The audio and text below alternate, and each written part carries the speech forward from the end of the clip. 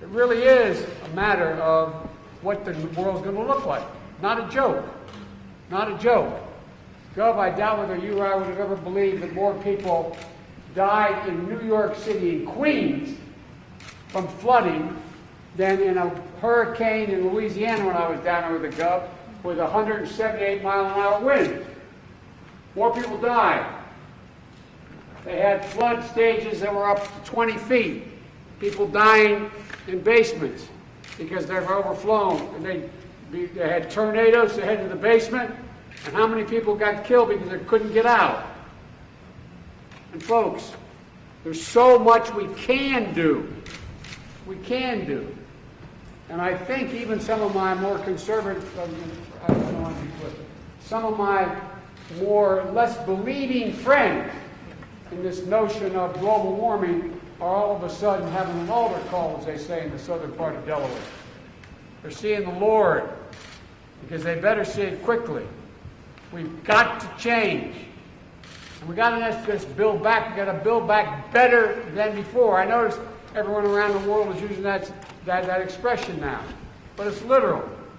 We're the only country in the world that has gone through crises throughout its career, through our history, and we've come out stronger than when we went in. We've got to do that now. We have a chance to build back in a way that not only gets us back to where we were yesterday, but gets us to a place where we are going to be able to sustain that position. For example, we got bipartisan support. I know I get criticized for trying to get bipartisan support, but we got it for the legislation I wrote relating to the whole idea of infrastructure. It's real. And what I couldn't get done in terms of climate there, I was able to put in a thing called the Recovery Act, the Build Back Better portion of it. Whether that passes or not, exactly how much, I don't know, but we're going to get it passed. And it has money in there for resilience. For example, it costs $2,500 an acre for you guys to make sure that you clear forest floors. Well, guess what? Why can't we have a civilian climate corps made up of thousands of kids, young people who are looking for jobs, getting out and being trained to do it, to build back better.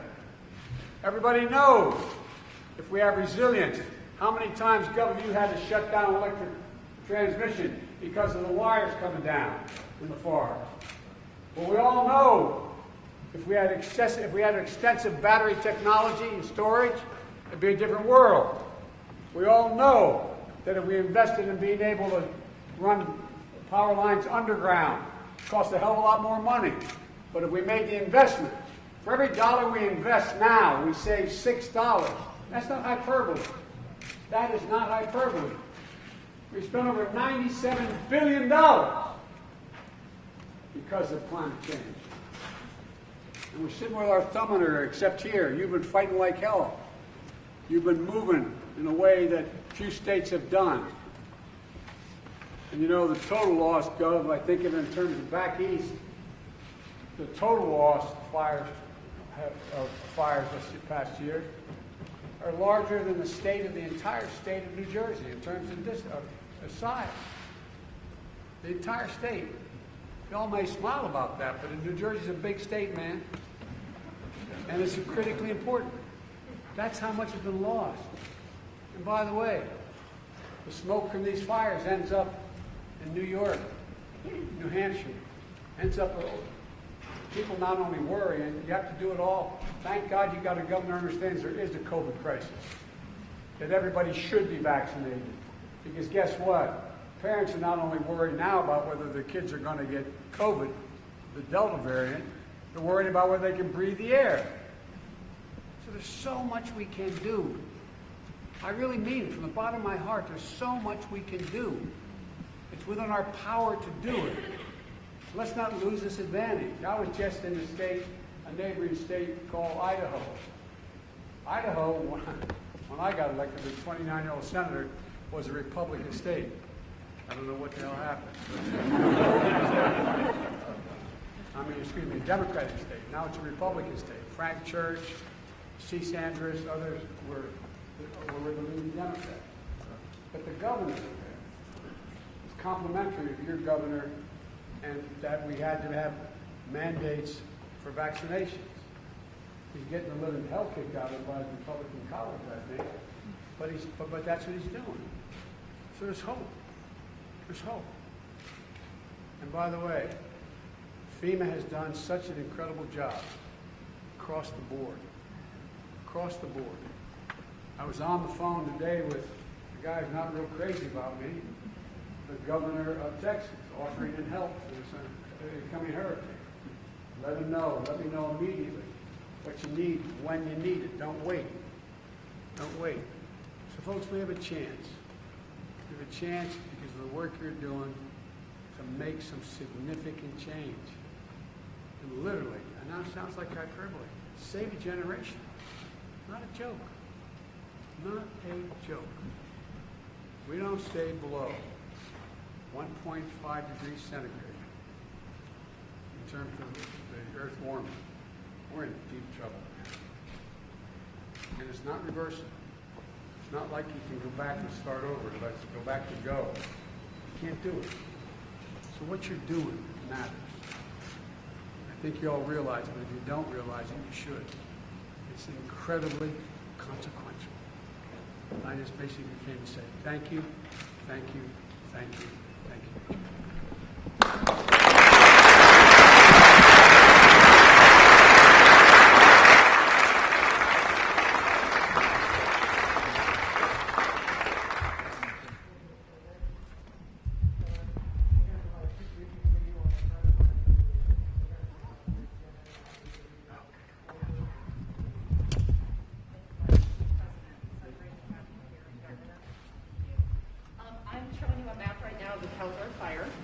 So just to orient you, this is where Grizzly Flats is at right here. Placerville is over here, and it goes all the way up here to South Lake Tahoe. Yeah, just to situate us so the president Please. knows, give a sense of where are we? We're over there. Not too many miles away. No, not very far away. The ignition started right here out at Romo Ranch. Could you go to the next slide, please? So right down here is where it started. You can see that first 12 hours or so, we had initial attack. We were able to bring in crews. We had air tankers. We had helicopters that really worked on trying to contain that as much as possible. But the exceptional drought that we're in, the fuels that we have out there, it caused it to go north. And actually, it wasn't super wind driven at this time. This was fuels driven. So we have heavy fuels on the landscape in this area. And you can see this is progression of the movement of the fire through time. So right over here is the Grizzly Flats area, got caught in that first day or two. Up here is Slide Park, and then again, this is Highway 50, and you'll see we tried to contain it and keep it within that area. Got up into this area, moved over Christmas Valley, and then got into this, almost in the South Lake Tahoe area at that time. And I want to say that, the work of all of our team, we have one team, one fire, one fight. So we're unified command with CAL FIRE. We have everybody from Caledonia and all the local jurisdictions helping us. We certainly have all of the work and effort of everybody's president, but I also want to say, when you said we can do more, we can do more. And a lot of the fuels treatments that we did in this area of Slide Park, and this area right up here in South Lake Tahoe, was enough that you could reduce the flame level, that we were able to work directly on the fire and help save these communities and save these homes. This area, we did a lot of work. It allowed people to evacuate, Mr. President. Yes, there's absolute impacts, but it allowed people to evacuate. So being able to work with our partners, we have a shared stewardship agreement with the state. We have good neighbor authority. We are primed and ready to be able to do more, just as you had said. So we've seen photos of 219,000 acres. They are about, and Chief Porter will talk a little bit more, I think over 67% contained. Yes, These as of this morning, but remarkably good credit, and just reinforcing no fatalities. Remarkable job of evacuation. At peak, I think we're up close to like 53,000 people in the state evacuated in some form. So it's just an extraordinary effort, and again, testament to this frame of partnership, this mutual. Not just mutual aid, but the unified command structure, which is just world class. turn it over to Chief Porter. Thank you, Jen. Mr. President, thank you for coming and taking a look at this fire, but I want you to kind of get the whole scale of what's going on as well. While this is 225,000 acres, roughly, it's about 10% of what we have burning or has burned in the state thus far this year. And so, while this fire started relatively small in this area, and what Jen said is the normal wind pattern would have been night, day, night, day. It would have been a seesaw. We expected the fire to go this way or this way. Not this way. It went completely 90 degrees out of any kind of planned or normal path. And that's what's happening. Everything is so dry because of drought, because of climate change, and the forests are just bone dry. Bone dry. And so what happened is, as this all burned, all of this material went up in the atmosphere and it started falling. Unfortunately, it fell there and it carried the fire into the flat. So that's what happened. These big waves happened, and then it burned very slowly for about a week. And then the winds came back, and it burned fast again. And then it slowed right in here. And then it burned. This is Kybers, is right up in here. And so this is Lake Tahoe. So then it burned from here all the way up through Twin Bridges and jumped from the rim here over one spot here and then took out all of that above South Lake Tahoe. It's not to be lost.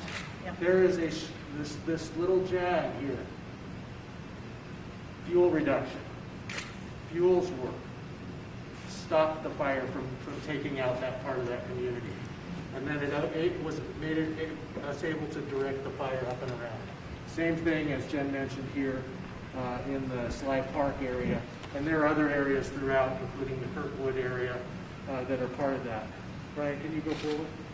So, for scale, Dixie Fire now. Dixie Fire, so Caldor is about the size of this piece of the Dixie Fire. This is all in addition to, so it's 960,000 acres, almost a 1 million acre fire today. Again, fuels work. We saved this community of Chester and the economic base, the housing base on all sides of the lake. Saved. Westwood, saved. Susanville, saved. All good fuels work around all of those communities. We had Greenville happened. Greenville was in a really tough spot and had really bad fire behavior that drew fire through it. But these two fires are the first two fires that we have in recorded history that burned from its starting point on the west side of the mountains. The mountain range is about the center here, all the way to the east side to the desert, basically, the high desert. Yeah. Yeah, so Brian, if you go back, I just want to jump back real quick here. So Lake Tahoe, this break point right here, all the water on this side of these lakes drains to the Sacramento Valley. Everything there drains down into Reno. And that's the first time we've had fire do this as well. So these are the first two fires that have done that. In 11 months, including the time when this fire started and the Dixie was still burning, 6 of the 7 largest fires in our history burned within an 11-month period. It's incredible what climate change is doing to us. So with that, I think I will pass the attention to Don Adams. Thank you, Mr. President, for coming. Thank you, Governor. Just a little bit about some of the damages we've been faced, that El Dorado County has faced. In the Grizzly Flat area, we lost, the whole community is essentially lost. We lost a school, we lost a fire station, we lost a post office, we lost about 440 homes in that area. About 25% of those people don't have homeowners insurance. So what are we going to do with those people? Thank you, thank you. And if you head up the Highway 50 corridor, we lost another 220 homes, estimated. And then one thing I want to reference, and Chief Porter hit on this jag here, I want to talk about this little gap right here where it hopped over. That's the heroic efforts of our firefighters from CAL FIRE, all the partner agencies throughout the nation, quite frankly. Those are all homes in that area. They saved lives. This is the mountain ridge here. Mountain Ridge is probably right here. That's a valley. This is a valley, right on the bottom of that mountain ridge. Hundreds of homes right there in Christmas Valley that were all saved. We didn't lose one structure in that area because of the efforts of our firefighters and the heroes they are. And then that's a testament of fuels management that allowed it to be controlled. You know that old expression, God made man, then he made a few firefighters. But there's truth to it, not a joke. We don't pay firefighters. And the federal firefighters are going to get a significant raise. I was able to, by executive order, on the federal side, raise the salary to a minimum of $15 an hour, which is way below in the benefits. But folks, too many of you, too many of the firefighters you're working with are trying to figure out how to save their homes, number one, and number two, how to, even if they're not in harm's way, be able to pay for their mortgage, be able to pay for what they're doing. We owe them. We owe them a whole hell of a lot more. Now, I'm not just saying this. I've been involved with the fire service for the last 40 years. And I'm telling you, it's about time we need a wake-up call. I can't dictate and won't attempt to dictate what states can do or don't do. The federal firefighters are going to get rewarded in return. Hopefully that puts pressure on making sure firefighters across the board get this. I mean, Gov, I grew up in a neighborhood, a little steel town called Claymont, Delaware, where you became, and I went to a little Catholic school across from the fire hall. You became one of three things: a cop, a firefighter, or a priest. I wouldn't qualify for any one of them. But all kidding aside, these are the folks who, I mean, and these smoke jumpers. I mean, thank God we have some crazy people working with us. I'm serious. Think about it. Have you ever? I've been to some of these fires because I got involved with our fire companies. Have you ever been to a fire where there's a house fire, where there's a place where these guys jumping into?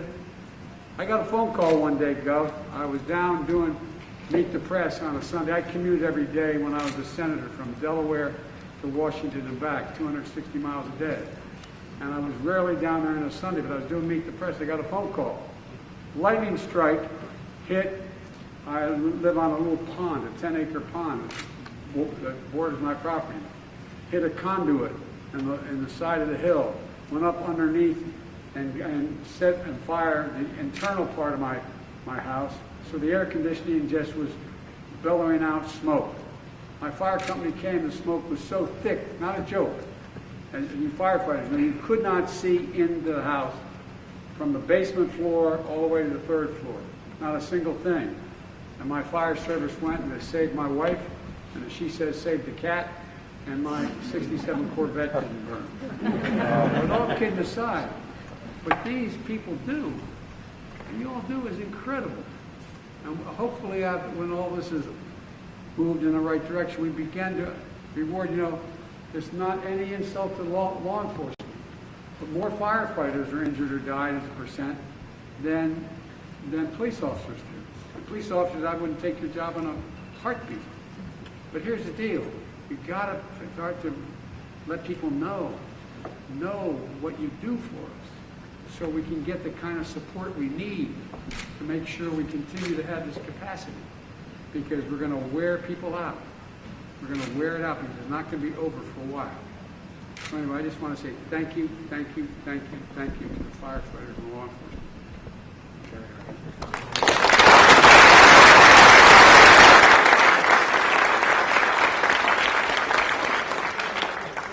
Wrap up this briefing by just saying that this whole context of climate change is really having an impact to a state like California. Since 2015, we've had back-to-back catastrophic wildfires. We're talking about wildfires like this that have taken out whole communities. In 2017 to 2020 alone, we lost 50,000 homes tied to wildfire in the state. That's in a state that's got a less than 2% vacancy rate. These are rural communities as a whole. These These are people who live in these communities. It's an equity issue. They don't have the services. We lost the town of Paradise in 2018. And on this fire, we lost 2 towns, the town of Grizzly Flats and the town of Greenville. These are towns that you lost the store, you lost the hospital, you lost the fire station, the school, the whole 9 yards. And this is why the whole issue of pre-disaster mitigation and the efforts that the governor has raised here and has us working on. I know you're interested in supporting through grants and other kinds of things, but also through the disaster assistance. The disaster assistance we provided for the Dixie fire and the river fire, that was fantastic, and now the Palmore fire. And to work through individual assistance to help those people who are uninsured and underinsured. The people who live in these small rural communities are typically seniors. They're underserved as a whole, and so we can't let them sort of hang out there. So we appreciate all the work that you've done with that, and we're going to continue to work on all the hazard mitigation efforts to do the fuel treatment and really hard on. Well, Gov, there's a lot that we can do. And it starts off being a federal responsibility, in my view. And but there's an awful lot that has to be done, and it can be done. And you're going to hear people say, Biden's proposing all these big projects, and the Build Back Better is going to cost all that money. You know, let's assume they do pass my $3.5 trillion proposal to Build Back Better, which is $300 billion for fire mitigation, a whole range of things. Okay, that's over 10 years. Over 10 years. And it's expected that the economy will grow, the GDP of the economy over the next 10 years will be $299 trillion. It'll be less than 0.5% of the entire GDP, and we pay for it. So all this malarkey, we have no problem coming up with $2 trillion in tax cuts for people who don't need them. But I'm serious. So we can't afford not to do it, but we can afford to do it. And the last thing I want to leave you with, these are jobs, good jobs. When you think climate change, think of jobs. These are good paying jobs that aren't going to be $7 an hour or $9 an hour or 10 or even 15. They're going to be jobs that are going to provide prevailing wage because so much has to be built in terms of bridges and homes. I mean, there's a lot we can do. So please don't lose faith. Don't lose faith. Again, keep it up. Thank you.